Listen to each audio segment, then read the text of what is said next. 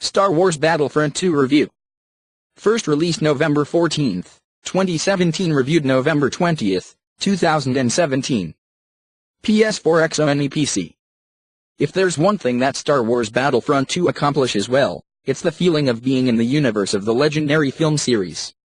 Serving up the greatest hits of all things Star Wars, the follow-up to DICE's 2015 multiplayer-focused game presents a package that features a greater breadth of content, including an admirable single-player campaign. But the game overall is weighed down by an overbearing and convoluted progression system that doesn't value the average player's time, obscuring an otherwise solid Star Wars experience. Set across the backdrop of the entire Star Wars saga encompassing the prequels, the original 3 films, and the new trilogy, Battlefront II's online modes and single-player offerings expand the scope of its galactic battles to feature more variety in its locations. From taking part in aerial dogfights above Kamino to raiding the Death Star 2 and escaping before its destruction, the sequel puts its campaign and 14 multiplayer maps set across the 40-year history of the series to good use, showing a clear difference in aesthetics and tone from one time period to the next. Unlike the first Battlefront, the sequel contains a narrative-driven single-player campaign. Set during the twilight of the Galactic Empire after Return of the Jedi, the story sows the seeds for the First Order in The Force Awakens. You take on the role of Iden Versio, commander of Imperial Special Forces outfit Inferno Squad. She normally works to undermine rebel forces with wet work missions and other forms of espionage. But after the destruction of the second Death Star, her loyalty to the Empire is put to the test when an increasingly desperate Imperial army takes drastic measures to ensure its future. While the brisk 4 to 5 hour campaign features some strong writing and performances from its cast with some standout levels that show off the visual luster and diversity of locations within the universe, the potential of its Imperial point of view soon becomes lost. Falling into some rather predictable twists, the story eventually turns into a familiar by-the-numbers Star Wars adventure, where the good guys and bad guys are clearly defined, and with the lead-up to the final act's confrontation that's signposted from a mile away.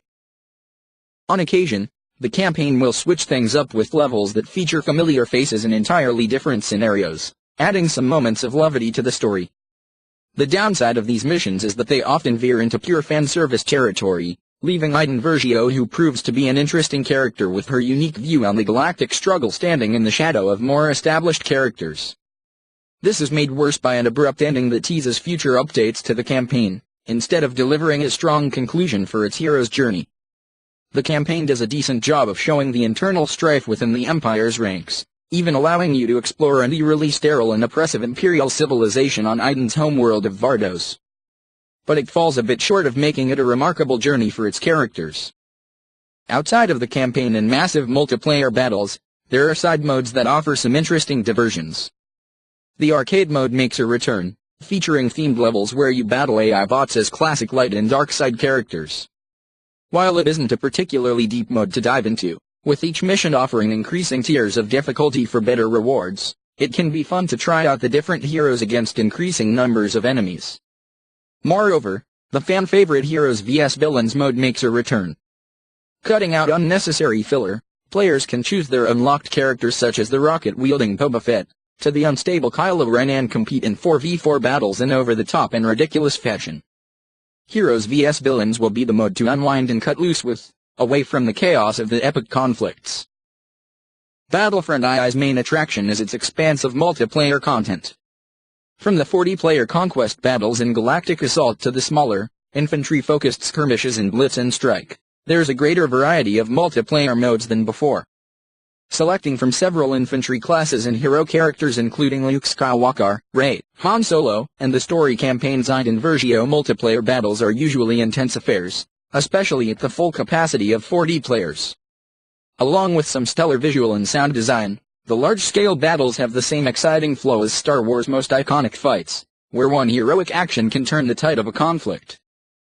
Over the course of each match, you'll acquire battle points, which you can cash in for mid-battle rewards such as piloting special starfighters or taking control of select hero characters to dish out punishment.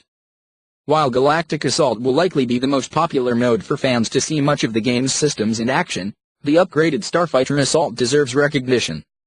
Now with more responsive and tighter controls for maneuvering your vessels, the aerial and space-focused mode features Battlefront II's most intense missions. There's nothing more exciting than piloting an aim-wing interceptor through a tight space and pulling off a killer shot in the nick of time. Your set of troopers, starfighters, and hero characters can be boosted with star cards.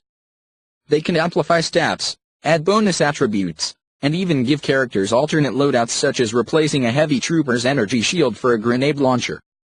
As you acquire more star cards and increase their ranks for a particular class or hero, the overall level for that character increases. The number of ways you can modify your characters is impressive, and the game gives you options to switch things up however you see fit. After each battle, you'll collect experience for your overall multiplayer rank and credits to purchase loot crates in the in-game store. Unfortunately, the focus on chasing star cards and the prominence of loot crates reveals bigger issues related to the progression. The biggest problem with this system is that it's never clearly explained. Not only is this entire system confusing, it's also problematic that most of your unlocks and earnings come from opening loot crates. By relying on randomly yielded weapons, resources, cosmetic items, and star cards of varying grades, Battlefront 2 ties its progression to dice rolls.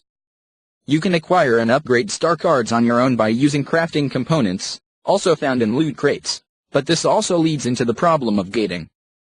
To upgrade a card, you have to ensure that your class level and overall multiplayer ranking meet certain standards, which in turn means having to rank up several levels in-game, and spending precious resources on loot crates for more resources and cards. Simply focusing on the characters and classes you like to play isn't enough. Due to the randomness, and the inherent dependence on the loot crates, progression is often dictated by what these results are. This can steer you away from classes you'd prefer to use, and more annoying results in receiving cards for hero characters you have yet to unlock. With how progression is structured, simply spending time with the heavy or assault classes does not guarantee more loot for them, as advancing them is all tied to the luck of the draw. This is especially frustrating when you invest so much time in the game coming across others online who've had better luck or purchased pre-orders copies to acquire epic cards for their characters, only to see your favorite classes fall by the wayside due to the overall systems working against your favor. While the game gives you options to purchase premium currency in the form of crystals, which you can buy in bundles costing up to $100, these can only be used to buy more loot crates. This is all made worse by the cumbersome menu system, which prompts you to exit out of multiplayer games to collect your paltry rewards from milestones and challenges, while also obscuring vital info such as player rank and class data. The biggest problem with this system is that it's never clearly explained.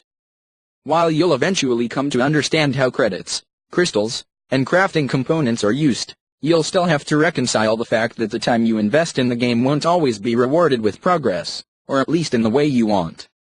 In this way, Battlefront 2 plants itself in the same territory as free-to-play games, with much of its content and characters tucked away behind progression walls and randomized loot crates.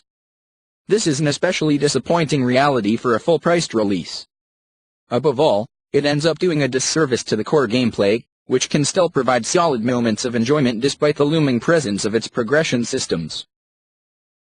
Many of these issues related to the metagame fall by the wayside when you're in the thick of battle, as you're taking part in the massive struggle throughout the many locales in the Star Wars universe. While its main narrative feels unresolved, and the general loop of the multiplayer carries a number of issues, Battlefront 2 still manages to evoke that same sense of joy and excitement found in the core of what the series is all about. But as it stands, the biggest hurdle that Battlefront 2 will need to overcome for its simultaneous attempts to balance progression with genuine feeling of accomplishments is deciding on what type of game it wants to be. Editor's Note, November 20, 2017, 6:54 p.m. PST. EA has applied a number of revisions and tweaks to Star Wars Battlefront 2, and we at GameSpot have done our best to keep up with the changes that have been made to the game around its release. Recently, EA removed all microtransactions from the game, and while that seems like a change that would be for the better, many of the rewards and systems in place have not been altered to make up for the lack of paid options. This has not only resulted in fewer options for people, but has made the overall grind in Battlefront 2 a necessary chore. EA has promised to continue monitoring the game and adjusting the progression system based on player feedback, but when those changes will occur and what they will be remains to be seen. Despite the removal of the microtransactions, player progression is still largely tied to the randomized loot boxes, mitigating player agency and choice in multiplayer. We are moving forward with our final score now that we've had time to thoroughly test the stability of Battlefront II's servers, but will retain the original review in progress text for future reference.